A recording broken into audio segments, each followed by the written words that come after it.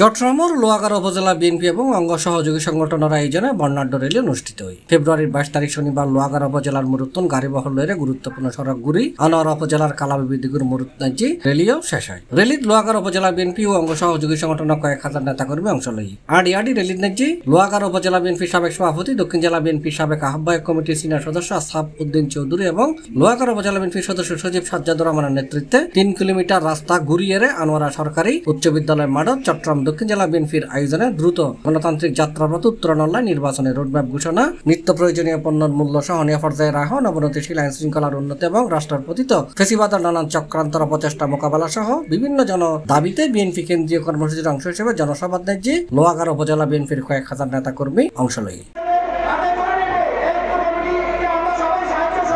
পরে জনসভার বিশেষ অতিথির বক্তব্য রেখে লোহাগাড়া উপজেলা বিএনপির সাবেক সভাপতি ও দক্ষিণ জেলা বিএনপির সাবেক আহ্বায়ক কমিটির সিনিয়র সদস্য আসাব উদ্দিন চৌধুরী দক্ষিণ জেলার ঐতিহ্য রক্ষার নির্বাচন, আগামীতে যে নির্বাচন হবে সেই নির্বাচনে আমি বিশ্বাস করি চট্টগ্রামের 6টি নির্বাচনী আসন আমাদের বিএনপির অনুকূল থাকবে।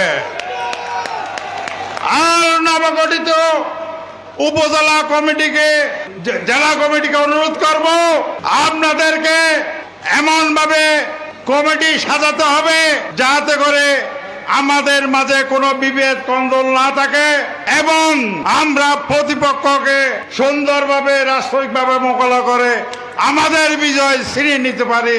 সে তখনই হবে আমাদের বর্তমান দক্ষিণ জেলার সফলতা। C plus TV, Chittagong.